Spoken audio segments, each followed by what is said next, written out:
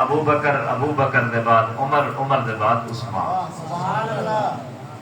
نبی پاک صلی اللہ علیہ وآلہ وسلم اپنی زندگی دے اندر اپنا مصلح سیدنا صدیق اکبر کو سنبھال دے گے.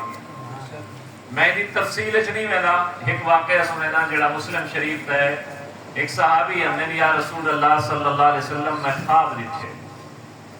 آپ نے فرمایا پوچھے کیا دیکھی ہوا؟ کسی آسمان تو ماکھی تلے آندی پئی ہے، وٹینی پئی ہے تے ڈھیر سارے لوگ ہیں او ماکھی دے قطرے اپنے ہاتھ دے اپنی جھولی دے اندر کٹورے دے اندر جمع کرنے دے تے اون دے بعد ایک رسی ڈٹھی ہے.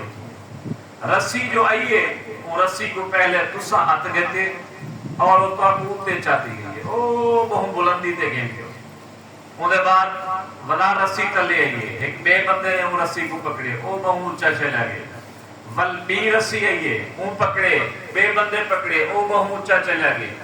ولا رسی آئیے بے بندے پکڑے تھوڑا جا اونچا گئے اور رسی ٹوٹی او ولا تلے آ گئے. تھوڑی جی دیر تھی ہے کہ اتلا ٹکڑا اور تلنا ٹکڑا ولا آپس میں مل گیا. تمام محدثین کرام نے لکھے پہلے شخص جرا نبی تو بعد رسی کو پکڑیا وہ ابو بکر ہے. ان دے بعد دوسرا شخص جرا رسی کو پکڑیا وہ حضرت عمر ہے. تیسرا شخص جرا رسی کو پکڑے اور رسی ٹوٹ گئی ہے وہ تو مراد حضرت عثمان رضی اللہ تعالیٰ عنہ دی حکومت ہے، کیونکہ آپس دے اختلاف کی وجہ کہ وہ رسی دین اسلام والی کمزور تھی ہے. جو ہی سیدنا علی رضی اللہ تعالیٰ عنہ نے اپنی خلافت سنبھالی اور رسی بلا جوڑ دی. یہ خلافت راشدہ جہاں بڑا خوبصورت مثالان اے میں عرض کی تھا. دوسری گال تیری سمجھاون